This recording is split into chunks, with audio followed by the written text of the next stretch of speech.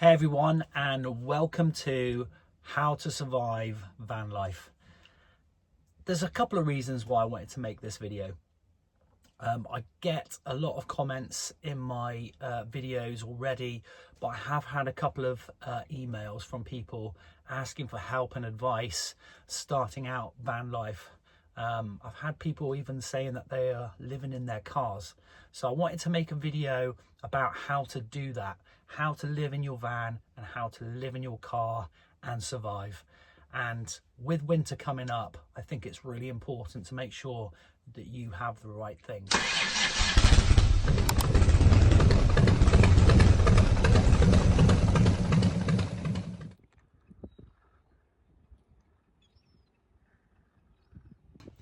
So those of you who don't know me, my name's Rob. I've been living out of my van for 13 months now, and I feel like I've picked up a few tips and tricks on the way.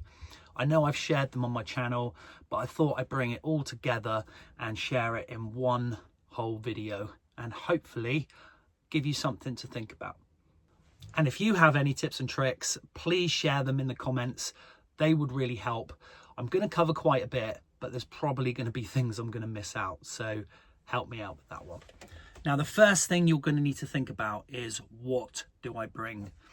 Now, I personally think the best policy is to keep it really, really minimal. Only bring the things that you really, really need. If you keep it simple and you keep it tidy, you're going to stay organized and you're going to feel a lot better about it.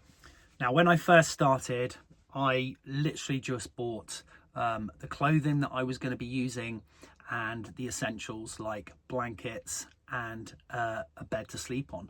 So if you're going to be sleeping in your car or you're going to be sleeping in a small van, the easiest thing to use is an airbed.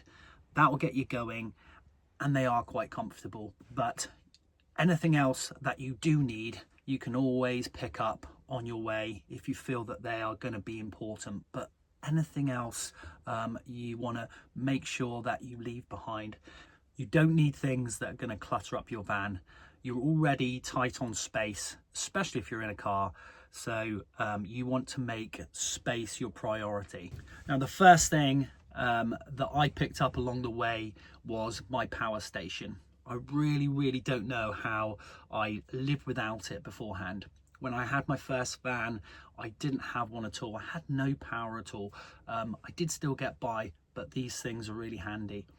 I find with my power station, it's got 4 plugs on the front, and I can plug in my kettle, I can plug in fans in the summer, and I really can use it to my advantage. I've got a 12 volt on the top, which I can then, when I'm in the back of the van, plug in my phone, laptop, all that sort of stuff goes through my power station, and it really does help. If you can, I know they're expensive, but pick yourself up one. You can get small ones, so if you are in a car and you're tight on space, you can get smaller versions, but they are honestly really handy if you're trying to cook or run anything. These are fantastic, and you can charge them up on a standard house plug anywhere that you go. If they have power, you can use it. So get yourself a power station. They are very handy. The next thing I'd recommend is having something to cover the windows. Now, I don't cover my front windows in this van. I didn't do it in the last van either, but I always use a cab curtain. These are really handy to keep the warmth in the back of the van and on the windows as well. I have blacked out windows, which again is really handy, but I do have curtains as well, and I do always use them. It keeps the warmth inside, but also keeps people outside, and you can be in the van and keep your privacy, which is really important. So number 3 has definitely got to be layers. So in the summer, I spend all my time in my sliders, my shorts and a t-shirt. But when the winter comes, I use these heavy tracky bottoms. Are so comfortable, and I have numerous hoodies that I wear all the time. They keep you really warm, and you can use them in bed as well. I have a really good double sleeping bag. It's not like sleeping bag material. It's like a duvet, and it's so warm and comfortable. The other thing that I use is an electric throw. So with my electric throw, I can plug it into my power station. It's very low power, and I can pop that on during the night over the top of my sleeping bag, and it keeps me so warm. I have blankets as well, so depending on what the condition is, I might use the blankets, I might use an electric blanket, or I might just be using my sleeping bag on its own. In the summer, sometimes I'll even sleep on top of the sleeping bag because it's so warm. So make sure you have enough layers. So number 4 is make sure that you have things to get you out of trouble if that does occur. Now, I wish I'd had some of these things when I first started. I had a small van and I found myself in a few issues where having something would have been helpful. The first thing that I got was a battery powered jump starter. Now, I've not had problems with the battery on this van, but in my last van, I wish I had one. I had issues and I had to walk a long way with a battery in my hand. It wasn't fun. The other thing that I tend to use is a tire inflator. Again, I've had issues in my last van with my tires. Again, not in this one so far, but it's taught me to have something in place, because a tire inflator would have been really handy. The other thing I tend to have in the van is a toolbox with a lot of tools in. Not loads, but enough for me to be able to do little jobs in the van if something does happen. It's worth having those things here because you never know when something's going to occur. And trust me, they do. Now, number 5 is a dash cam. Now, this is something that I wish I'd had. If you'd seen some of my other videos, you know that I had an issue where somebody cut me up and I ended up smashing into a guardrail. I had to get towed and it cost me a huge amount of money, which I wasn't expecting. It was such a pain, and I would have been so much better off if I'd had a dash cam. Now, this is something that I haven't got yet, but I am looking around to get the right one. But it's something you definitely want to invest in. If you're in your car or you're in a van, you never know. And having that dash cam gives you so much peace of mind. If I'd had one, I would have had something to be able to prove that somebody had run me off the road, and I could have perhaps done something through insurances and things like that, which wouldn't have cost me so much money. So please make sure you do get a dash cam. It will be the most important thing that you probably buy. This van came with a fridge, but if you don't have one, do get one. Even if it's like a cool bag. I used a cool bag when I first moved into a van, which was okay, but it doesn't beat having a fridge. I can keep cheese, butter, all that stuff in the fridge, yogurts. It's really nice to be able to have real food and be able to make something. I tend to make sandwiches and still cold food, but it does really help. If I want something hot, I use things like soups, and I can use pasta, anything like that, but I tend to keep it cold most of the time, and I tend to use stuff from the fridge. I also keep a lot of drinks in there, and I do find that's really handy. So if you haven't got one, please get yourself a fridge or something to cool your foods, and you can keep stuff in the van. It's less expensive to be able to have a plan and keep things on board. Now, this is a good time to talk about cleanliness. Now, you're not always going to feel clean living in a van. It's not easy to keep yourself clean, but one of the best things I can recommend is making sure that you have a 24-hour gym membership. I can go to the gym and use their showers, clean up. They have a lot of facilities there that are really handy. It's probably the thing that I struggle with the most. After I haven't had a shower for a couple of days, I do feel a bit disgusting. I tend to use wipes, are really handy.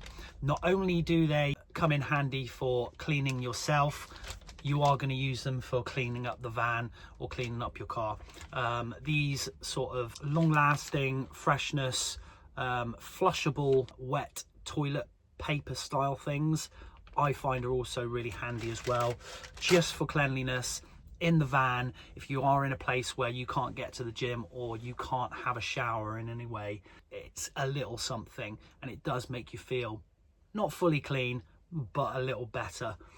So make sure you have some. Now, van life in the summer is super cool, it's super easy, and it looks like an absolute dream. You've got sunsets, you've got heat, you've got beaches. It's great. You can live in your shorts, you can live in your sliders, you can eat ice creams and cream teas, and it's fantastic. But when the winter comes, it's a little bit different. You do need to think about staying warm, and it's a really important thing, because the last thing that you want to be is cold in your van.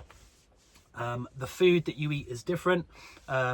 You have to actually make things, and you want something hot, so having a kettle is massively important. I've got a kettle in the van. I plug it into my power station, and I can make myself coffees. I can also make myself cup of soups, things like super noodles, pot noodles, all that sort of stuff. It means that I can have something in the van and it's warm. Staying warm, the biggest thing that I can say is, if you can, get yourself a diesel heater. Mine hasn't been working, and I have a new one to go in just before the winter. But one of the things I can recommend is one of these. This is a low power or low wattage bar heater. I can plug this directly into my power station, and it will heat things up a little bit in here. It's not going to be like a diesel heater, but it's really, really handy. It takes the chill off. I use it to dry things in the summer, so when I go swimming, I can pop things on top and they dry off, things like socks, things like swimming shorts, that sort of thing. But it does keep you warm. And if you're in a van for the first time, or you're living in your car, I would recommend to, as you're driving around, keep the heaters on, heat up the back, and then use your curtains to keep the warmth in the back as much as possible until you're in bed. Overnight, if you're under your blankets, you're absolutely fine. But being able to run the heaters is really handy, because we haven't all got the luxury of these big camper vans with all the singing and dancing equipment that costs thousands and thousands of pounds. Real van life is basic, and you can get on the road with pretty much anything and not have to worry, as long as you prepare. So last couple of bits. The biggest thing people have an issue with, I'd probably say, is washing. Now, washing clothes can be a pain, but it doesn't have to be. There's lots of places that you can use, loads of laundrettes now that are really well equipped, and I would probably say once every other week you can get away with just throwing things in the laundry.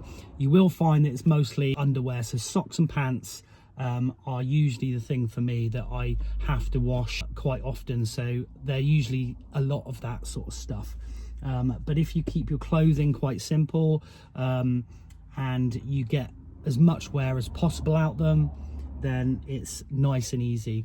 My hoodies and my jeans tend to last me a lot longer, and t-shirts not so much, but still a lot longer than obviously the socks and the pants. So use those, and then if you have friends or family where you can dump a bit of washing in there and get that done while you're visiting, that really helps as well, because obviously it's not going to cost you anything.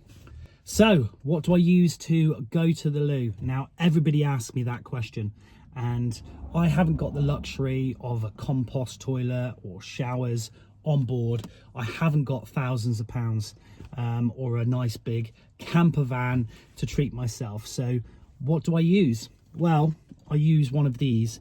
I've shown it before in some of my other videos, but this little device. It's a silicone pot. It's called a Whizzer. Now they have a female option that pops on the top, so if you're a female, it comes with one of those and it's easy to use, and I just use this. Obviously this is for number ones, not number twos, and it's very, very simple and easy to clean out. I just clean this out in the public loos with a little bit of soap and water. It dries out quite quickly, being silicone, and it's not going to have any lingering smells, which I really like. The other nice thing is it's collapsible, and I can pop this into my bag and take it in and clean it out wherever I am. It's nice and simple. They're about 20 quid, so probably more expensive than just using a bottle. But the nice thing about this is if you are carrying it around, it just looks like a coffee mug. So if you need to dispose of the contents, you're not drawing attention to yourself at all, and people aren't going to be thinking that you're carrying around your pee in a pot. So I hope that helps. I hope that there's been some tips in there that you can use, and that you're going to be really prepared for these winter months as we go through into December and then into the new year. It's always cold, and it's surprising how cold it actually gets. You never know what the weather's going to do here in England. 1 minute it can be blistering sun, and then the next it's raining, which it's been doing recently. So I've been changing through shorts into hoodies, and you know, having to put the heating on and open the door because it's so warm. So it's a bit of a funny one, but make sure you're prepared. And if you are just starting out van life, you don't need to wait till the summer. If you really feel that you want to get out there as soon as possible, don't let the winter put you off. It's not as cold as you think in the van, and a simple heated throw and layers can make all the difference. Get those window covers up as well. That keeps the warmth in, and you'll be golden. So I will see you in my next video, and if you have any questions, please feel free to ask. My inbox is always open, and I will always reply to anyone that sends me an email with you know, help and advice that they need. I'm always happy to help, and I will catch you very, very soon.